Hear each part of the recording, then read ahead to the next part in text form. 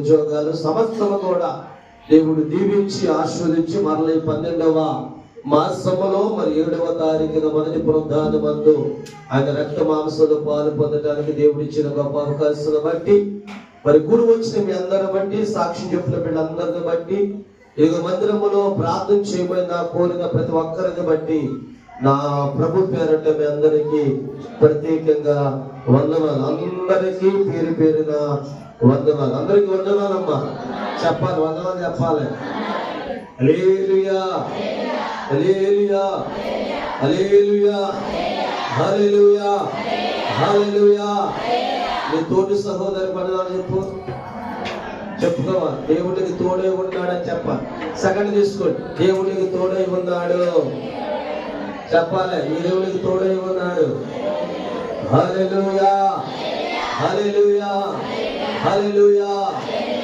నన్ను చూచువాడా, నిత్యము కాచువాడా, నన్ను చూచువాడా, నిత్యం కాచువాడా, పరిశోధించు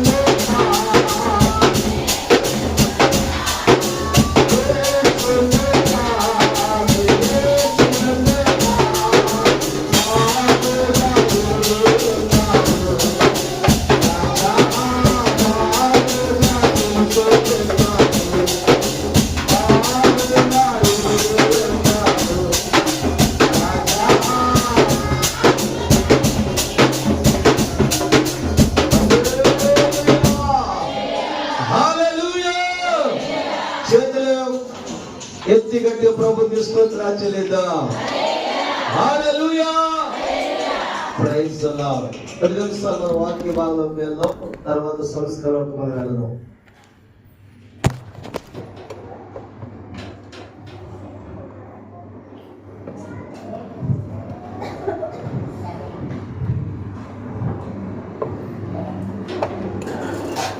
హల్లెలూయా, హల్లెలూయా. దేవుని నామానికి మహిమ కలుగును గాక. హల్లెలూయా, హల్లెలూయా. మన ప్రభువును రక్షకుడైన యేసుక్రీస్తు నామములో మొట్టమొదటిగా నిలబెట్టిన దేవాతి దేవునికి స్తోత్రాలు చెల్లించుకుంటూ కూడి వచ్చిన మీ అందరికీ ప్రత్యేకమైన వందనాలండి.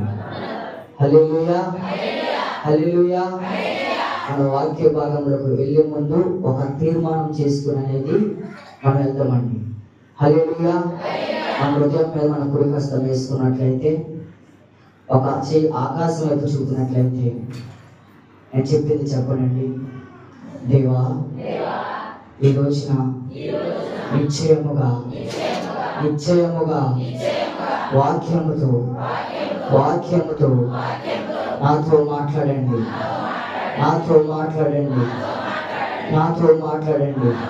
నిశ్చయముగా మాట్లాడండి. ఆమేన్. పక్కన వాళ్ళతో కూడా ఒకసారి చెప్పండి, శేఖాన్ని ఇచ్చి, నిశ్చయముగా నీతో దేవుడి రోజు మాట్లాడబోతున్నాడు. ఆమేన్. మనమంత భక్తులను కాదండి. అబ్రహామును పిలిచాడు కదా, అబ్రహాం అని పిలిచాడు, మోషే అని పిలిచాడు. అంత భక్తిపడు మనం కాదు కాబట్టి దేవుడు మన పేరు పెట్టి మనం పిలిచే అంత భక్తి అయితే మనం చేయట్లేదు. కానీ వాక్యంతో, పాటలతో దేవుడు మనతో నిశ్చయముగా మాట్లాడునుగాక. ఈ రోజున వాక్యంతో, ఒక మాటతో మన హృదయం తృప్తి పొందునుగాక. ఆమేన్. చిన్న ప్రార్థన చేసుకుని వాక్య భాగంలోకి వెళ్తామని. మహాగణుడవు, సర్వాధికారి, సృష్టికర్త మా దేవా, ఇంతవరకు ప్రభా సజీవుడెక్కడగా నిలబెట్టి ఈ ఉదయకాల సమయంలో ప్రభా ఇంత రీతిగా ప్రభా ఆరాధించడానికి, స్తుతించడానికి, మహిమపరచడానికి నీ ఘనమైన, శ్రేష్టమైన, బహు ఉన్నత నామమునికి ప్రభా లెక్కించడానికి స్తుతులు చెల్లించుకుంటూ ప్రభా, ఎన్నికలైన వారు ఏ బాధ వారు ప్రభా, అయ్యా మీరు మాతో మాట్లాడితేనే కానీ మా వాళ్ళు ఏమీ కాదు ప్రభా, మీరే సహాయం చేస్తారని ఇక్కడికి వచ్చాం ప్రభా. అయ్యా మీరే ప్రతి దాంట్లో అధ్యక్ష వహించి కృప చూపించి, జాలి చూపించి, దయ చూపించమని యేసుక్రీస్తు దివ్య నామములో అడిగి వేడుచున్నాం మా ప్రియ పరలోకపు తండ్రి. ఆమేన్. హల్లెలూయా, హల్లెలూయా. పేతురు ప్రార్థింపగలిగి ఆత్మను నింపి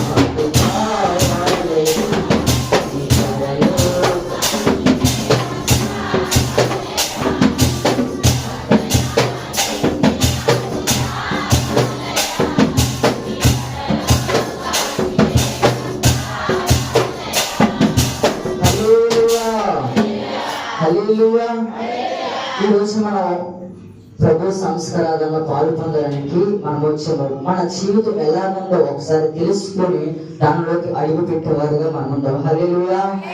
యేసు ప్రభు వారు ఈ భూలోకాన్ని దేనికి వచ్చారండి? యేసు ప్రభు వారు ఈ భూలోకాన్ని ఎందుకు వచ్చారు? నశించున్న దానికి వెతికి రక్షించుటకు మనిషి కుమారుడు వచ్చాడు. హల్లెలూయా. ఏ కాలంలో వచ్చారండి? 2000 సంవత్సరాల క్రితము, ఆయా పర్యాయ కాలంలో 2000 సంవత్సరాలు అని వచ్చారని తెలుసు.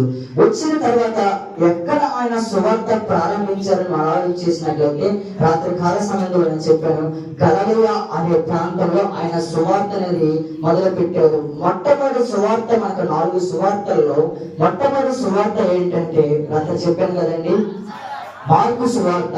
మార్కు సువార్తలో మనం చూసుకున్నట్లయితే, ఒకసారి మొదట మనం చూసుకున్నట్లయితే, అక్కడ యోహాను అనే ఒక భక్తుడు, అపోస్తుడు, శిష్యుడు కనపడతాడు. ఆయన పాప క్షమాపణ నిమిత్తము ఒక్కొక్కరికి బాప్తిసం ఇస్తూ కనపడుతున్నాడు. అలాగే యేసుక్రీస్తు ప్రభువు కూడా ఆయా గలిలయ ప్రాంతంలో దిగిన తర్వాత, యోహాను చేత బాప్తిసం పొందిన తర్వాత, ఇక మనం చూసుకున్నట్లయితే 8వ వచనం ఒకసారి చదవండి. నేను నీళ్లలో ఆ మీకు బాప్తిస్మం ఇచ్చితిని గాని బాప్తిస్మం ఇచ్చేందుకు కానీ ఆయన పరిశుద్ధాత్మలో మీకు బాప్తిస్మం ఇచ్చినని బాప్తిస్మం ఇచ్చు. ఇక్కడ 16వ వచనం ఒకసారి చూడండి. ఆయన గలిలయ సముద్ర తీరమున వెలుచుండగా సీమోనును ఇక్కడ చూడండి, గలిలయ సముద్ర తీరం అంటే గలిలయ ప్రాంతంలోనికి దేవుడు అడుగు పెడుచున్నాడు. ఇక్కడ ఏమని మాట్లాడుతుందంటే దానిపై వచ్చిన 15వ వచనాలు తీసుకుంటే దేవుని రాజ్యము సమీపించి ఉన్నది, వారి మనసు పొంది సువార్తను నమ్ముడు. హల్లెలూయా, హల్లెలూయా. దేవుడు సువార్త చేయడానికి ఏ ప్రాంతానికి వెళ్ళాడండి? గలిలయ ప్రాంతానికి. 4 సువార్తలు చేసుకుంటే దేవుడు సువార్త, దేవుడు పరిచర్య, దేవుడు చేసిన ఉపమానాలు, దేవుడు చేసిన ప్రతి అద్భుత కార్యాలు ఈ 4 సువార్తలు కనబడితే ఈ రోజు మనం నేర్చుకునేది ఏంటంటే ఈ సువార్తలో దేవుడు ఏ విధంగా వారికి పరిచర్య చేశారు, ఏ విధంగా వారికి వాక్యము బోధించారు అన్న రీతిగా ఈ రోజు మనం నేర్చుకున్నాం. హల్లెలూయా, హల్లెలూయా. అక్కడ గలిలయ ప్రాంతాలకు వెళ్ళినప్పుడు వారు విద్య లేని పామరులు, వారికి ఏమీ తెలియదు. వారి వృత్తే వారికి పోషణాలు, ప్రతిదీ చదువుకునేది తెలియదు, వాళ్ళకి చదువు లేని పామరులు. అయితే వారికి దేవుడు ఎలా సువార్త చేశారంటే ఉపమాన రీతిగా చేశాడు. ఉపమాన రీతిగా ఏంటంటే ఉదాహరణ రీతిగా సువార్తన చేశారు. ఈ అంశం మీరు చెప్పాలంటే ఎక్కడా కూడా దేవుడు బైబిల్లో ఈ మాట ఉంది, ఇలాగుంది, అలాగుంది వాక్యాన్ని చదివించే రీతిగా అక్కడ చెప్పలేదు. కానీ ఉపమాన రీతిగా వారికి ఉదాహరణ రీతిగా బోధన ప్రారంభించి అపోస్తలుగా నిలబెట్టాడు. హల్లెలూయా, హల్లెలూయా. ఈ రోజున ఆ ఉపమానాల్లో కొన్ని ఉపమానాలు మనం తీసుకొని మనము ఆ శిష్యులు అపోస్తలుగా నిలబడ్డారు కదా, ఆ ఉపమానాలు కూడా మన జీవితంలో కూడా అమలు పరుచుకొని ఆ ఉపమానాల రీతి కూడా మన జీవితంలో కూడా మనం రూపుదిద్దుకొని మనం కూడా ఏ విధంగా రూపుదిద్దాలి, ఏ విధంగా సంస్కారాలలో చేపట్టాలి అనేది నేర్చుకున్నాం. మొట్టమొదటి మనం చూసుకున్నట్లయితే సమయం అనుకూలపరుచుకుని ముందుకు వెళ్దామండి. మత్తయి సువార్త 25వ అధ్యాయము 32వ వచనం చదవండి. మత్తయి సువార్త అప్పుడు సమస్త జనులు ఆయన ఎదుట పోగు చేయబడుదురు. ఆయన ఎదుట పోగు చేయబడుదురు. బల్లవాడు మేకలలో నుండి గొర్రెలను వేరుపరిచినట్లు ఆయన వారిని వేరుపరిచిన తన కుడి వైపున గొర్రెలను ఎడమ వైపున మేకలను చాలండి. ఇక్కడ చూసుకున్నట్లయితే యేసుక్రీస్తు ప్రభువు ఆ గలిలయ ప్రాంతంలోకి వెళ్ళిన తర్వాత అద్భుత కార్యాలు చేస్తున్నాడు, ఆశ్చర్యకార్యాలు చేస్తున్నాడు, పరిచయం చేస్తున్నాడు, సువార్త చేస్తున్నాడు. ఆ జన సమూహం అంతా ఈయన ఎవరు అద్భుతాలు చేస్తున్నాడు, ఈయన ఎవరు ఈ గొప్ప కార్యాలు చేస్తున్నాడు, ఈయన ఎవరు సువార్త చేస్తున్నాడని యేసును చూడడానికి ఒక జన సమూహంగా వచ్చారు. హల్లెలూయా, హల్లెలూయా. వచ్చిన వారిని యేసు ప్రభు ఏం చేశారంటే కొందరిని కుడి వైపున గొర్రెలుగా నిలబెట్టాడు, ఎడమ వైపున మేకలుగా నిలబెట్టాడు. ఇది ఎందుకు ఇలా చెప్తున్నాడు? మేకలని గొర్రెలని ఎందుకని చెప్పాడంటే వారు విద్య లేని, వారికి ఎంత చెప్పిన బైబిల్ నుంచి చెప్పిన అర్థం కాదు కాబట్టి ఒక ఉదాహరణ తీసుకొని ఒక ఎగ్జాంపుల్ తీసుకొని గొర్రెలను కుడి వైపున ఉండండి, మేకలను ఎడమ వైపున ఉండండి అని చెప్పాడు. దేవుడు మహిమ కలుగును గాక. అసలు మేకలు గొర్రెలు ఏంటని మనం ఆలోచన చేసినట్లయితే గొర్రెలు అనగా దేనికండి? ఇదిగో లోక పాపమును మోసుకొని పోతున్న దేవుని గొర్రె పిల్ల అని రాసింది. యోహాను సువార్త 1వ అధ్యాయం 29వ వచనం చూసుకున్నట్లయితే ఇదిగో లోక పాపమును మోసుకొని పోతున్న దేవుని గొర్రె పిల్ల అని. దేవుడు అంటే అప్పటి వరకు ఎవరండి? యెహోవా తండ్రి అయిన దేవుడు. దేవుడు గొర్రె పిల్ల అంటే యేసుక్రీస్తు ప్రభువారు లోక పాపమును మోసుకొని పోవడానికి, మమ్మల్ని శుద్ధంగా చేయడానికి యేసుక్రీస్తు తండ్రి ద్వారా పంపించిన ఈయన యేసుక్రీస్తు ప్రభువారు. ఈయన దేవుని గొర్రె పిల్లతో పోల్చబడ్డారు. గొర్రెతో ఎందుకు పోల్చబడ్డాడంటే గొర్రె స్వభావం ఏంటండి? తగ్గింపు, వినయము. తర్వాత ఏదైనా కానీ యజమాని ముందు నడిచినా కానీ యజమాని అడుగు చాలలో నడుచుకుంటూ వెళ్ళిపోతుంది. హల్లెలూయా. గొర్రెలు మనం చూసుకున్నట్లయితే యజమానుడు కాపరి వెనకుంటాడా ముందు ఉంటాడండి? ఎక్కడుంటాడండి? ఎక్కడ? ముందుంటాడు. ఎందుకంటే నన్ను చూసింది వినమ కలదు, విధేయత కలదు, నమ్మకం కలదు, నా అడుగు చదవ వచ్చేస్తుంది, ఎక్కువ తొట్టుకుపోదు, పడిపోదు, జారిపోదు, కృంగిపోదు, నేను ఎలా నడుస్తున్నానో అని అడుగు చదువు వచ్చేది. అదే విధంగా తండ్రి అయిన యెహోవా దేవుని కుమారుడు కూడా తండ్రి చెప్పిన మాటకు లోపడి నశించిన దానిని వెతుకు రక్షించడానికి లోకముకు వచ్చిన దేవుడు ఆజ్ఞలను నెరవేర్చడానికి వచ్చాడు. అందుకు లోక పాపమును మోసుకొని పోతున్న దేవుని గొర్రె పిల్ల. హల్లెలూయా, హల్లెలూయా. ఎవరితో పోల్చారండి దేవుణ్ణి? దేనికి తన సాదృశ్యం ఏంటంటే వినయం, విధేయత, నమ్మకం కలిగిన గొర్రె పిల్ల. హల్లెలూయా. అలాగే మనం మేకలను చూస్తున్నట్లయితే నేను ఇలా మేకలో అపవాదికి సంబంధించి అని నేను చెప్తున్నానంటే మేము మేకలు పెంచుతున్నాం కదయ్యా, మేము అపవాదులు పెంచుతున్నామా అన్న ఆలోచన కాదండి. ఇక్కడ ఉదాహరణకు తీసుకున్నాం కానీ మేము మేకలు పెంచుకుంటున్నాం అంటే మా ఇంట్లో అపవాది కూడా ఉన్నాడా అని ఆలోచన చేసుకొచ్చి మరలా నన్ను అడిగే రీతిగా మీరు ఉంటారండి. హల్లెలూయా, హల్లెలూయా. ఇది ఒక ఎగ్జాంపుల్, ఉదాహరణ. యేసు ప్రభువు వారు వ్యక్తిలేని పాపాలకి ఈ ఉదాహరణగా చూసి పెట్టారు. ఇక్కడ మేకలను ఏమని చూసుకున్నట్లయితే జకర్యా పాత నిబంధనలో జకర్యా 10వ అధ్యాయము 3వ వచనంలో చూడండి. తన కోపాన్ని మండుచు కాపరుల మీద పడును, మేకలను నేను శిక్షించదను, సైన్యములకు అధిపతి అయిన యెహోవా యోధవారిని దర్శించేవాడు తన చాలండి. ఇక్కడ మనం చూస్తున్నట్లయితే దేవుడు ఎవరిని శిక్షిస్తున్నాడండి? మేకలను శిక్షిస్తున్నాడు. ఎందుకంటే గొర్రె అంటే వినయం కలిగి యజమానుడు ఎదవలసినా కానీ తొట్టెళ్ళిపోయే అవకాశాలు గొర్రెకున్నా, ఎందుకంటే తన వెళ్ళిపోయే అవకాశాలు ఉన్నా కానీ గొర్రె తొట్టెళ్ళిపోకుండా దేవుని ఒక జాగా నడిచింది. అందుకు ఆయన ఒక పాపము వేసుకోతున్న దేవుని గొర్రె అని దేవునికి సూచిస్తుంది. మేకలు ఎందుకు శిక్షించబడుతున్నాయంటే తన యజమానుడు వెనకాల నుండి తనకు త్రోవ చూపించినా కానీ ఆ త్రోవ తప్పిపోయే రీతిగా మేకలు ఉన్నాయి. రోడ్డు మీద మనం వెళ్ళేటప్పుడు చూస్తుంటే ఆ కొమ్మలు ఆగుతాయి, ఈ కొమ్మలు ఆగుతాయి, అట్టుపోతాయి, ఇట్టుపోతాయి. మనం ఏం చేస్తామంటే పోలీసు వారి రీతిగా మనం ఉంటాము. అలాగే యజమానుడు మేకలు వెనకాల ఉంటుంది కానీ అయినా కానీ సరే అవి త్రోవ విడిచిపోయి అటు ఇటు తిరుగుతా ఆ కొమ్మలు ఈ కొమ్మలను అటు ఇటు ఇటు లోకానుసారంగా చూపిస్తున్నాయి. కాబట్టి దేవుడు ఏం చేశాడంటే వాటిని శిక్షించాడు. ఇది ఒక ఓన్లీ ఉదాహరణ మాత్రమే. హల్లెలూయా, హల్లెలూయా. మేకలు శిక్షించారు కదా, మనం తినకూడదా అన్నట్టు రీతి ఉండకూడదు. హల్లెలూయా. ఇది ఓన్లీ ఏంటంటే ఒక ఉదాహరణ.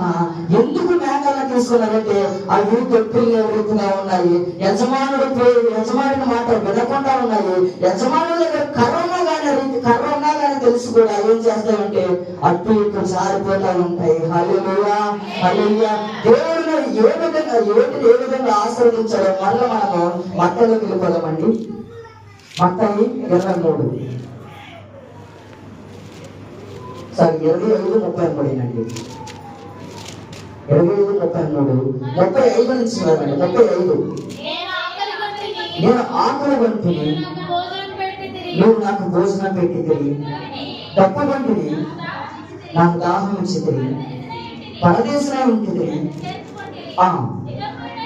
దిగంబరమై ఉంటుంది, నాకు బట్టలు ఇచ్చితివి, రోగునై ఉంటుంది, నన్ను చూడవచ్చితివి, నా వద్దకు వచ్చితివి. అందుకు దేవుడు గొర్రెలను ఆశీర్వదించాడు. ఇక్కడ చూడండి 34వ వచనం చూడండి. అప్పుడు రాజు తన కుటుంబ వైపున ఉన్న గొర్రెలను చూచి నా తండ్రి చేత ఆశీర్వదించబడిన వారు మీరు. హల్లెలూయా, హల్లెలూయా. ఇక్కడ ఎందుకు గొర్రెలను ఆశీర్వదించబడిందో తెలుసుకున్నారండి. దేవుడు ఇక్కడ చూసినట్లయితే మనం చెబుతున్నాను, నేను దిగంబరుడు వంటిని, నేను ఆకలి వంటిని, నేను వస్త్రహీనుడు, మీరు నాకు సహాయము చేసే రీతిలో మీరు ఉన్నారు, అందుకు మీరు ఆశీర్వదించబడ్డారు. అయ్యా ఇక్కడ అంటారు, అక్కడ ఉన్న జనసమూహం కూడా వచ్చింది కదండి ఆయన దగ్గరికి. ఈ నెల అద్భుత కార్యాలు చేస్తారని చూస్తాకు వచ్చారు కదా. అయ్యా మీరు వచ్చిందే ఇప్పుడు, మీరు ఎంటర్ అయిందే ఇప్పుడు, మీరు బాప్తిసం తీసుకుని గలిలయ ప్రాంతాలకు వచ్చిందే ఇప్పుడు కదయ్యా. మేము ఎప్పుడయ్యా ఏ పరిస్థితుల్లో ఏ కాలంలో నీకు వస్త్రాలు ఇచ్చామో, ఏ కాలంలో మీరు ఆకలి వెంట మీకు ఆహారం ఇచ్చామో, ఏ పరిస్థితుల్లో మీకు ఏది లేని పరిస్థితులు అంటే మేము ఏ కాలంలో నీకు లేకుండా మాకు ఆలోచన రావట్లేదు. ఎప్పుడైనా మీరు మమ్మల్ని మేము మీకు సహాయం చేసింది మమ్మల్ని ఎందుకు ఆశీర్వదించమని చూసుకున్నట్లయితే 40 వచనంలో చూడండి. అందుకు రాజు మిక్కిలి అల్పులైన ఈ సహోదరులలో ఒకరికి మీరు చేసితే కనుక మీరు నాకు చేసిద్దరు నిశ్చయంగా మీతో చూపించున్నాను. హల్లెలూయా, హల్లెలూయా. దేవుడితో అక్కడ జన సమూహం మాట్లాడుతుంది. అలా మీరు వచ్చిందే ఇప్పుడు కదా, గలిలయ ప్రాంతంలో అడుగుపెట్టినప్పుడు కదా, మేము ఎప్పుడైనా మీకు సహాయం చేసింది, మీతో మాకు పరిచయము ఎప్పటి నుంచో మొదలైంది కదా. దేవుడి రాజ్యం ఎప్పుడే సమర్పించిన సువార్త నమ్ముడని ఇప్పుడే చెప్పారు కదా. మేము ఎప్పుడైనా మీకు సహాయం చేసిందంటే అల్పమైన విశ్వాసులారా, విశ్వాసం లేని వారు అయ్యా. తర్వాత మీరు ఏమన్నారంటే ఒకరికి మీరు సహాయం అంటే సహోదరుల ఐక్యత కలిగి ఉండడం ద్వారా మీకు ఆశీర్వాదం కలిగింది. హల్లెలూయా, దేవునికి మహిమ కలుగుగాక. మీరు నాకు చేయకపోయినా పర్లేదు, మీరు నాకు చేయకపోయినా పర్లేదు, మీరే ఒకరిని ఒకరు సహాయం చేసుకోవాలి. హల్లెలూయా. చదవండి ఒకసారి. అందుకు రాజు ఒకరికి మీరు చేసితే కనుక నాకు చేసిద్దరని నిశ్చయముగా మీతో చెప్పుచున్నాను. హల్లెలూయా, దేవునికి మహిమ కలుగుగాక. హల్లెలూయా. ఇక్కడ ఏమనంటే మీరు నాకు చేయలేదా, మీరు నాకు చేయలేదు. అల్ప విశ్వాసంగా ఉండదు. దేవుడు ఇచ్చిన ఆజ్ఞలలో ఒక నిశ్చయముగా ఒక ప్రధాన ఆజ్ఞ ఉంది. అది ఏంటంటే నిన్ను వలే సహోదరులు ఐక్యతగా నివసించుట. ఎంత మేలు, ఎంత మనోహరమైన వాగ్దానాలను, ఆజ్ఞలను, కమెంట్స్ అనేది నా తండ్రి యెహోవా మనందరికీ అనుగ్రహించాడు. దాని రీతిలో మీరు విద్యలని పాపడలేదు కాబట్టి, మీరు ఆలోచించే పరిస్థితుల్లో మీరు లేరు కాబట్టి, మీరు ఆలోచించే పరిస్థితుల్లో చదవలేని పరిస్థితుల్లో మీరు ఉన్నారు కాబట్టి ఈ ఉపమాన రీతిలో మీకు చెప్తున్నాను. నిన్ను వలని పొరవారిని ప్రేమించు, నిన్ను వలని పొరవారి సహాయం చేసి, నీ పక్క వారికి సహాయం చేయి. నాకు లేని వాటిని నేను తిన్నవేడిగా ఉన్నప్పుడు నాకు వస్త్రం ఇచ్చావు, ఆహారం లేనప్పుడు ఆహారం ఇచ్చావు, నేను తప్పుకున్నప్పుడు దాహం తీర్చినావు. అంటే రీతిగా నీ సహోదరులు అక్కడలో ఉన్నారేమో, సమస్యలో ఉన్నారేమో, బాధలో ఉన్నారేమో, కృంగిపోతున్నారేమో, వాళ్ళు పడిపోకుండా చాలిపోకుండా లేవనెత్తే రీతిగానే ఉండినట్లయితే ఆ గుడివైపు ఉన్న గురువులను దేవుడు ఆశీర్వదించిన దేవుడు సహాయం చేయడం ద్వారా నిన్ను వరే నీ పొరుగువారిని ప్రేమించగా నిశ్చయంగా ఈరోజు మనం ఆశీర్వదించబడును గాక. ఆమేన్. తక్కువ కుడివైపు ఏమైనా అండి గురువులు ఎలా ఆశీర్వదించబడిన సహాయం చేయడం ద్వారా ఆశీర్వదించిన. ఎలా వైపు ఏమున్నాయండి? మేకలు ఉన్నాయి. మేకలు ఎందుకని శిక్షించబడినాయి అని మనం ఆలోచన చేసినట్లయితే 42వ వచనం 41వ వచనం చూడండి. అప్పుడైనా ఎడం వైపున ఉన్నవారిని చూసి శపించబడి వాళ్ళారా, నన్ను విడిచి అపవాదికి వారి దూతలకును సిద్ధపరచబడిన అగ్నిలకు పోయి నేను ఆకలి వంటిని, నువ్వు నాకు భోజనం పెట్టలేదు, డబ్బు వంటిని, నువ్వు నా దానం తీర్చలేదు, పరదేశమై ఉంటుంది, నువ్వు నన్ను చేర్చుకోలేదు, దిగంబరమై ఉంటుంది, నాకు బట్టలు లేదు, రోగినై చెరసాలలో ఉంటుంది, నువ్వు నన్ను చూడలేదు. అందుకు వారు ప్రభువా మరలా అడుగుతున్నారంట. అయ్యా ఇక్కడ చూస్తున్నట్లయితే మళ్ళీ ఆ జన సమూహం మొదలవుతుంది. అయ్యా మీరు ఎప్పుడు ఆక్రమణ మేము ఇవ్వలేదయ్యా, మేము మీరు మంచిగా అయితే ఇస్తాము, మీరు స్వస్థతలు చేస్తున్నారు, అద్భుతకార్యాలు చేస్తున్నారు, మేలు చేస్తున్నారు, సువార్త చేస్తున్నారు, ప్రకటిస్తున్నారు, మీరు దాహం అడిగితే మేము దాహం ఇస్తాం కదయ్యా, అయ్యా మీరు ఆకలి అంటే ఆహారం ఇస్తాం కదయ్యా, అయ్యా మీరు వస్త్రం అయితే వస్త్రం ఇస్తాం కదయ్యా, అయ్యా మీరు దైవజనుడు కదా, మీరు పాస్టర్ కదా, మంచి అయితే మంచి ఇవ్వలేమా, అయ్యా మీకు ఆకలి అంటే ఆకలి అన్నం పెట్టలేమా, మీరు ఏదైతే అది ఇస్తాం కదయ్యా, మీరు మమ్మల్ని ఎప్పుడు అడిగారో మేము ఎప్పుడు ఇవ్వలేదన్న క్వశ్చన్ ఇక్కడ రైజ్ అయింది. హల్లెలూయా, హల్లెలూయా. అందుకు దేవుడు వారికి ఏమైనా సమాధానం చెప్పాడంటే 45వ వచనంలో చూడండి. అందుకైనా మిక్కిలి అల్పులైన వీరిలో ఒకరికైనాను మీరు ఎలాగూ చేయలేదు కనుక నాకు చేయలేదని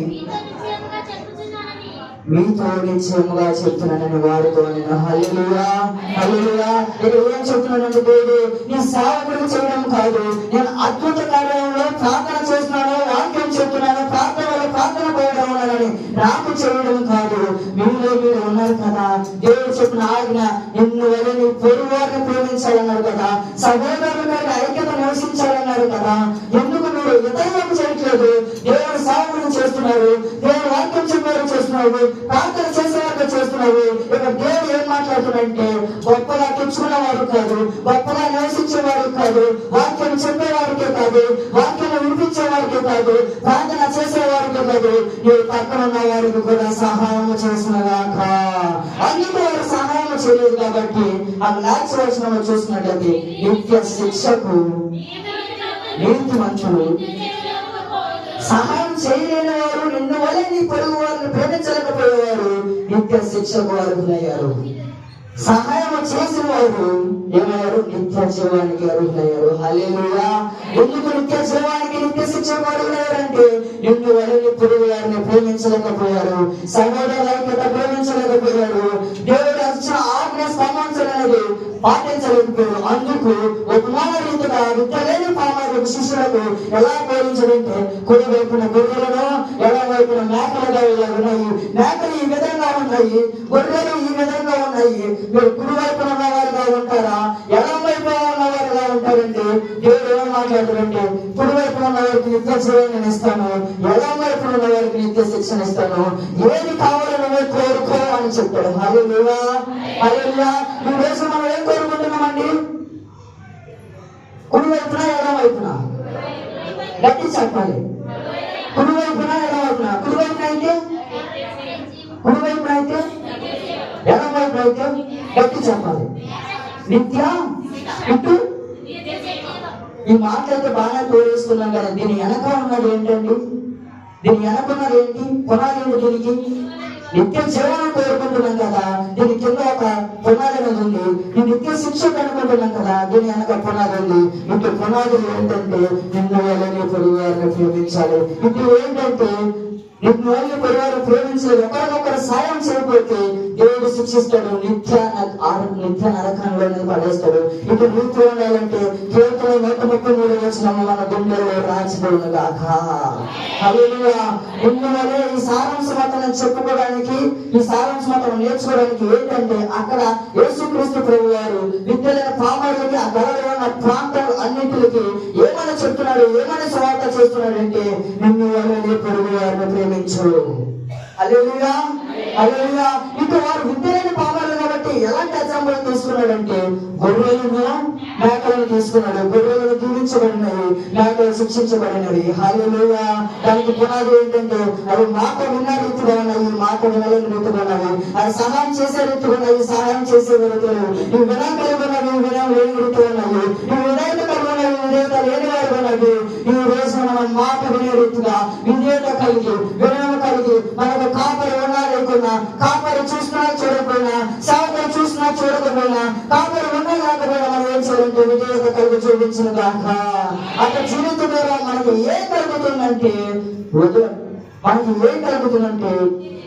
ప్రకటన నిత్య జీవం కలుగుతుంది. ఈ నిత్య జీవం ఎప్పుడండి?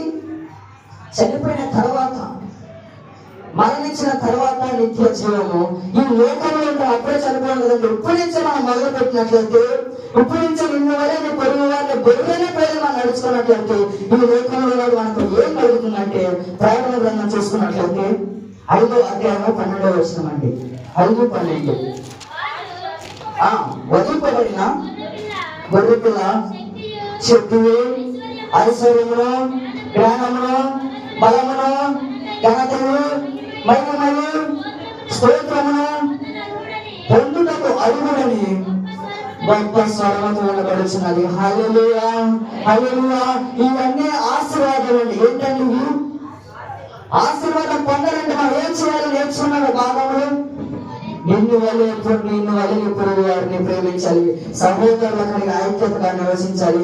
ఈ రోజు నా సంస్కరణలో పాల్గొడుతున్న మనము దేవుని రొట్టె శరీరము, అదే దేవుని రాక్షరసం అనే రక్తమును మనం పాల్గొనేటప్పుడు ఏం చేయాలంటే నిన్ను వల్లే పొరుగు వారు ప్రేమించే రీతిగా మనము మనము హల్లెలూయా హల్లెలూయా పేతురు ప్రార్థింపగలి ఆత్మను నింపితివి.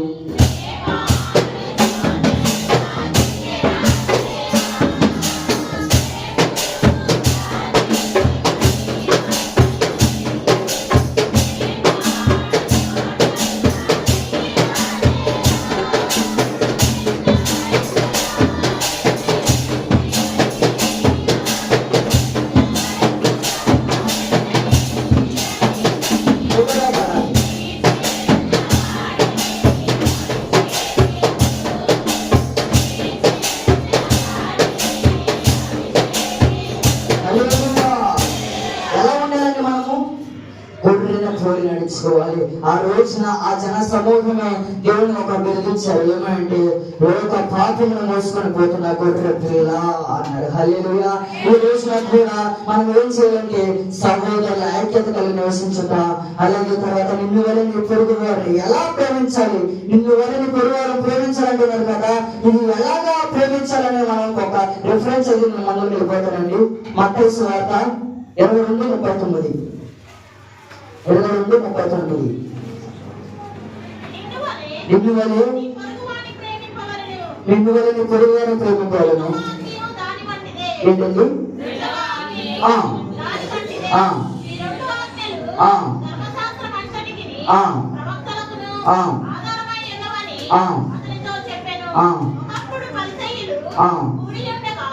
ఇరవై 22:39 అండి. చదువు. నిన్ను వల్ల నీ పొరుగు వారిని అనేది ప్రేమించాలి. హల్లెలూయా. మనతో మనం నేర్చుకున్నది ఏంటంటే సహోదరుల ఐక్యత కలిగి నివసించుట ఎంత మేలు, ఎంత మనోహరము. నిన్ను వల్ల నీ పొరుగు వారు ప్రేమించాలి. ఈ ప్రేమించిన రీతిలో మనకి ఏం చూస్తుందంటే ఆశీర్వాదాలు ఏంటి? ఐశ్వర్యమును, ఘనతయే, శక్తిని, మహిమను, అవి మహిమ నుంచి అతి మహిమలకు మనం వచ్చును గాక. హల్లెలూయా. వాటిలో మనం నేర్చుకున్నది నిన్ను వల్లే నీ పొరుగు వారు మనం ప్రేమించే రీతిగా మనం ఉండాలి. రెండవ చూపులను ఏం చేస్తారండి? మత్తయి సువార్త 13:24 క్లుప్తంగా చెప్పిన ఏం చేస్తానండి. ఆయన మరి ఒక ఉపమానం చెప్పుచు ఏమనగా పరలోక రాజ్యము తన పొలములో మంచి విత్తనమును విత్తిన ఒక మనిషిని పోలి ఉన్నది. మనుషులు నిద్రించుండగా ఒక శత్రువు వచ్చి గోధుమల మధ్యను గురుగులు విత్తిపోయాను. మొలకలు పెరిగి గింజ పట్టినప్పుడు గోధుమలు కూడా ఆడిపోయాను. చాలండి. ఇక్కడ రెండో ఉపమానం ఏంటంటే గోధుమలు గురుగులు. హల్లెలూయా. మొదట ఉపమానం ఏంటండి? గొర్రెలు, మేకలు. రెండవది ఏంటంటే గోధుమలు, గురుగులు. అలాగే ఈ గురుగులు అనే మాటకి ఏదైనా మన హెబ్రీ భాషలో మనం చూసుకున్నట్లయితే కలుపు మొక్కలు. హల్లెలూయా హల్లెలూయా. ఇక్కడ ఒక రైతు కనబడుతున్నాడండి. రైతు కనబడుతూ తన వ్యవసాయంలో తనకున్న పాడి పంటల్లో గోధుమలు నాటడానికి తన మంచి విత్తనములు తీసుకుని వచ్చాడు. తీసుకొచ్చిన తర్వాత ఒక చాటను పెట్టి విత్తనానికి సిద్ధంగా ఉన్న సమయంలో ఆ పొలం దగ్గర వెళ్ళినప్పుడు తనకున్న ఒక శత్రువు, తనకున్న ఒక ప్రతివాదిని, తనకు వచ్చిన విరోధంగా ఉన్నవారు ఎవరైనా ఏం చేశారంటే కొన్ని గురుగులు తీసుకొచ్చేసి, కొన్ని గురుగు గింజలు తీసుకొచ్చేసి ఆ మంచి విత్తనములో కలిపేశారు.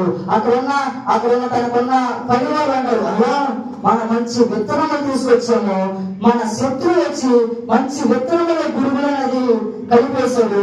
ఇప్పుడు మనం ఏం చేయాలా అని ఆలోచిస్తే ఎటువంటి భయం లేదు. మంచి విత్తనములతో పాటు గురుగులు కూడా విత్తనండి, అవి నాటి పెద్దవవుతాయి. పెద్దవైన రీతిగా అవి ఎలా ఎదుగుతాయో మనం ఆలోచన చేసినట్లయితే 27 వర్షం చూడండి. అప్పుడు ఇంటి యజమాని దాసు వద్దకు వచ్చి, అయ్యా నీవు నీ పొలంలో మంచి విత్తనములు విత్తితు కదా, అందులో గురువు ఎక్కడి నుండి వచ్చిందని అడిగింది. ఇది శత్రువు చేసిన పని అతని వారితో చెప్పగా దాసులు వెళ్ళి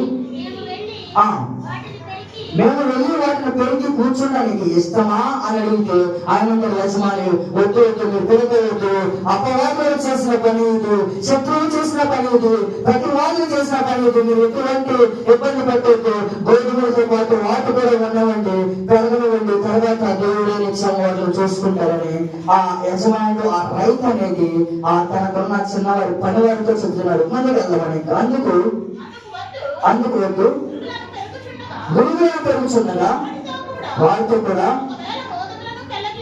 ఒకవేళ గోధుమలను పెళ్ళగిద్దరు కొంతకాలం వరకు. ఒకసారి చూడండి, అందుకని వద్దు గురువులను పెరుగుచుండగా వారితో కూడా ఒకవేళ గోధుమలను పెరుగుచున్నాడు. ఒకవేళ ఇప్పుడు రెండో రాత్రి వచ్చేసింది అనుకోండి, ఒకవేళ దేవుడు ఒక సమాప్తి వచ్చేసిందంటే ఈ సమాప్తి ఏమవుతుందంటే నీతిమంతులు కూడా కొట్టుకోబడతారు. అందుకే ఇవి ఉండనే ఉండి మీరు ఎటువంటి పని చేయొద్దు.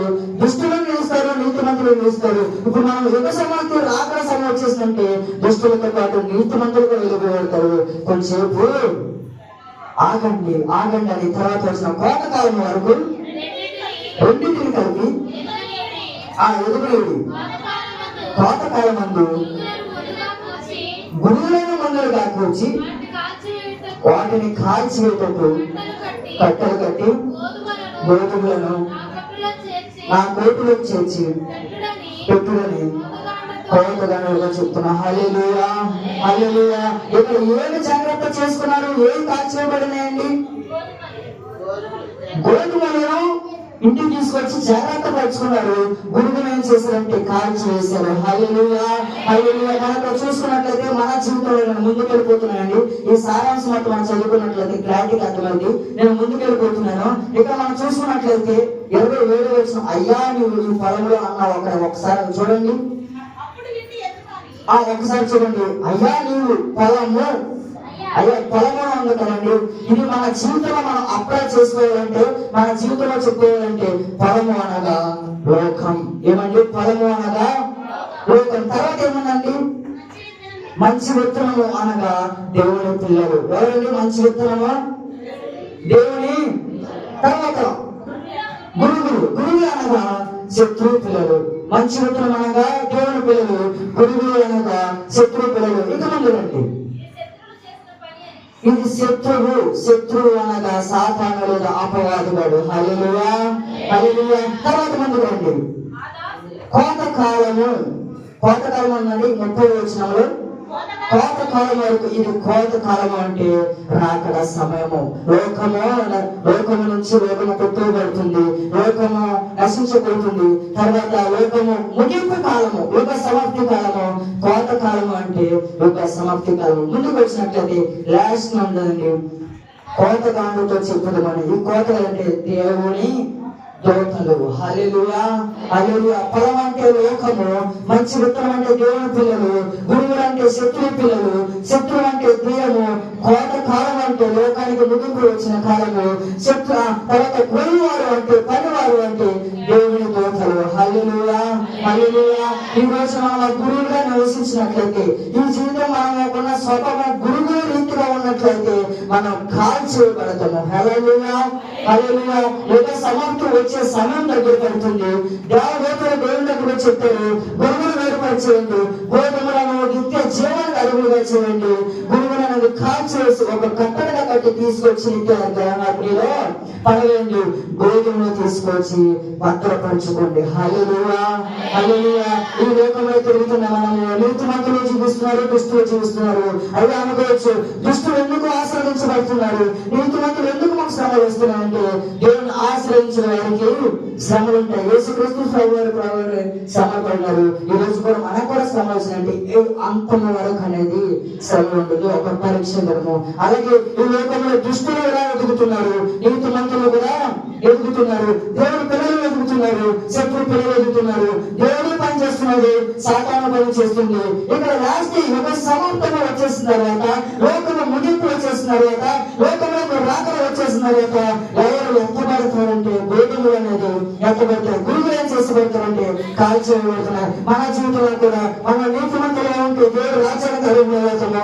దుష్టులుగా గురువులా ఉన్నట్లయితే నిత్య అగ్నిలోకి పడబోతుంది. కోతకాలం వచ్చింది. కోత కోసేవారు ఎవరంటే దేవదూతలు వచ్చి మన తరపున దేవునికి సాక్ష్యం ఇవ్వాలి. అయ్యా గోధుమలా గురువులైన దేవుడు అడిగినప్పుడు వీరు గోధుమలు అని చెప్పాలి. హల్లెలూయా.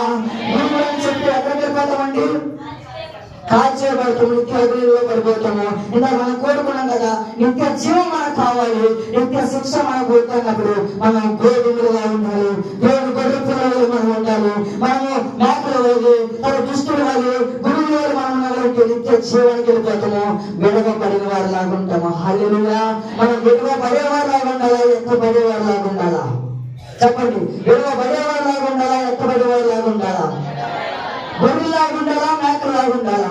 గోధుమలాగా ఉండాలా, గురుగులాగా ఉండాలా?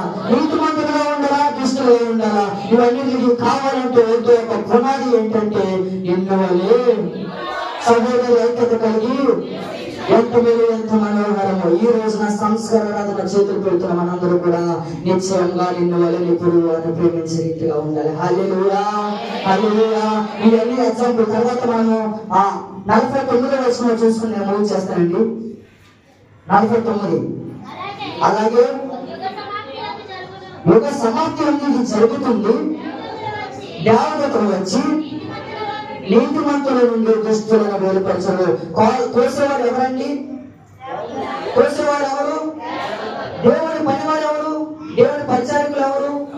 దేవదూతలు. దేవదూతలు లోకము యుగ సమాప్తి వరకు ఈ లోకంలోనికి పంపుతాడు, ఆయన కోసేవాడు ఉంటారు. ఇక్కడ దేవదూతల పని ఏంటంటే దేవునికి నిన్ను గురించి సాక్ష్యం ఇస్తారు, నన్ను గురించి సాక్ష్యం ఇస్తారు, మన అందరి గురించి సాక్ష్యం ఇస్తారు. అయ్యా ఈ సంఘం అంతా గోధుమ నిండి ఉన్నారు అని దేవదూతలు సాక్ష్యం ఇచ్చారు కాక.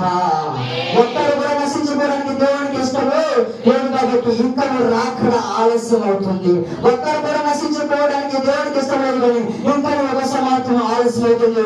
ఇంకా పాత్రలో పడిపోవడం దేవునికి ఇష్టం లేదు కానీ ఇంకా కూడా లోకము ముగించబడుతుంది.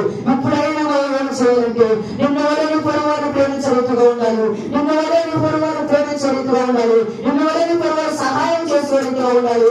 దేవునికి సహాయం చేసేవాడు కాదు, దైవ జనుడు సహాయం చేసేవాడు కాదు, వాక్యం పరిచయం చేసేవాడు సహాయం కాదు. నేను పక్కన వారిని ప్రేమించే రీతిగా ఉంటే గొర్రెలను జీవించినట్టుగా ఐశ్వర్యములు ఘనతలు మహిమలు స్తోత్రములు మా అందరికీ పొందుకున్నాను కాక. ఎలా ఉండాలండి మనందరము? నీతిమంతులుగా ఉండాలి. ఈ గొర్రెలు మేకలు గోధుమలు గురుగులు మంచి చేపలు చెడ్డ చేపలు ఇవి అనేవని ఉపమానాలు ఎవరికి చెప్పారంటే ఆ గలలియ ప్రాంతంలో శిష్యులు ఉన్నారు, శిష్యుల కుటుంబాలు ఉన్నారు, ఆ జన సమూహంలో నివసించేవారు ఉన్నారు. వారు ఎలా ఉన్నారంటే విద్య లేని పాంబరులుగా ఉన్నారు. మనకు విద్య వచ్చు, ప్రతిదీ వచ్చు, ఆలోచించే శక్తి ఉంది, ఐశ్వర్యం ఉంది, ఘనత ఉంది, మహిమ ఉంది. మహిమతో మహిమలో కూడా మహిమ తేజస్సు మనం పొందేవారు ఉన్నాము. మనం చేయాలంటే ఆలోచించే రీతిగా ఉన్నాము. మనకు ఉదాహరణలు అవసరం లేదు, మనం ఒకరి ఇన్స్పిరేషన్ అవసరం లేదు, ఒకరు చూసి పాటించే రీతికి మనం అవసరం లేదు. మనం ఏం చేయాలంటే నిన్ను వాళ్ళని పొరుగువారిని ప్రేమించాలి, అప్పుడు నీతిమంతులు తీర్చబడతాము. హల్లెలూయా. ఈ రోజు మనం ఈ సంవత్సరాలు పాల్గొన్న హృదయంతో ఏక మనసుతో ఏక హృదయంతో మనం నివసించి ఈ బలాలలో చెల్లిబెడుతు ద్వారా నిత్య మహిమ మనం పొందుకున్నాం గాక. అటు కృపాత ఆశీర్వాదాలు మన జీవితంలో పొందుకున్నాం గాక. ఆ మంచిగా ప్రార్థన చేసుకుందామండి. స్తోత్రం స్తోత్రం స్తోత్రం స్తోత్రం స్తోత్రం స్తోత్రం. హల్లెలూయా హల్లెలూయా హల్లెలూయా. ప్రేమ స్వరూపి మహిమ మహిమ మహిమ ఘనత ప్రభావం అందరూ మోకాలు వేసినట్లయితే ప్రార్థన చేసుకున్నామండి. హల్లెలూయా హల్లెలూయా హల్లెలూయా. స్తోత్రం స్తోత్రం స్తోత్రం స్తోత్రం స్తోత్రం స్తోత్రం స్తోత్రం స్తోత్రం స్తోత్రం. దేవుడున్నాడు దేవుడున్నాడని కష్టంలో బాధల్లో తొలగిపోతాడు.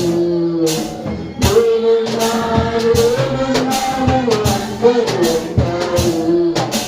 కష్టంలో బాధల్లో తొలగిపోతాడు.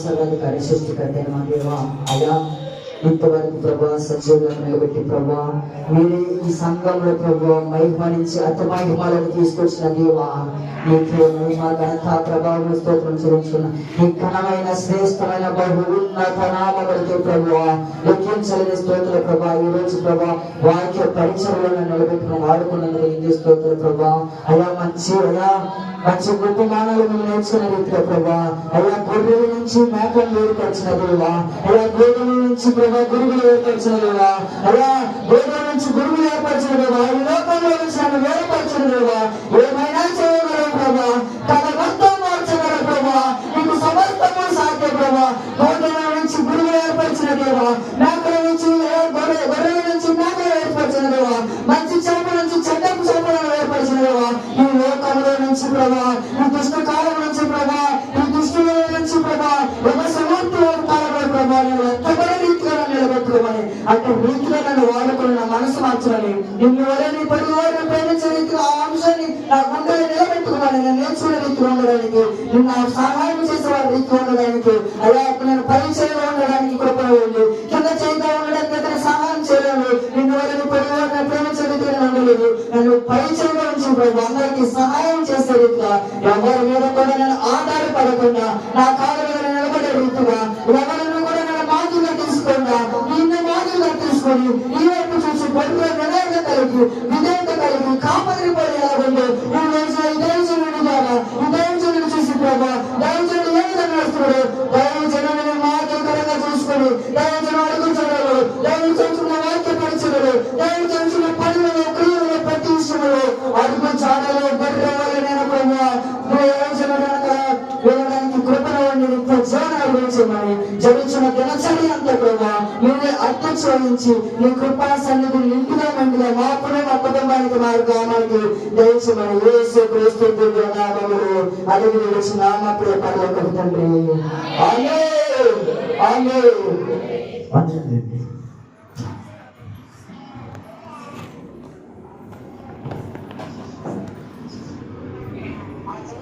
దేవునికి మహిమ కలుగును గాక. హల్లెలూయా హల్లెలూయా. సంతోషంగా రెండు చేతుల పైకెత్తి ప్రభుకి స్తోత్రం చెల్లిద్దాం.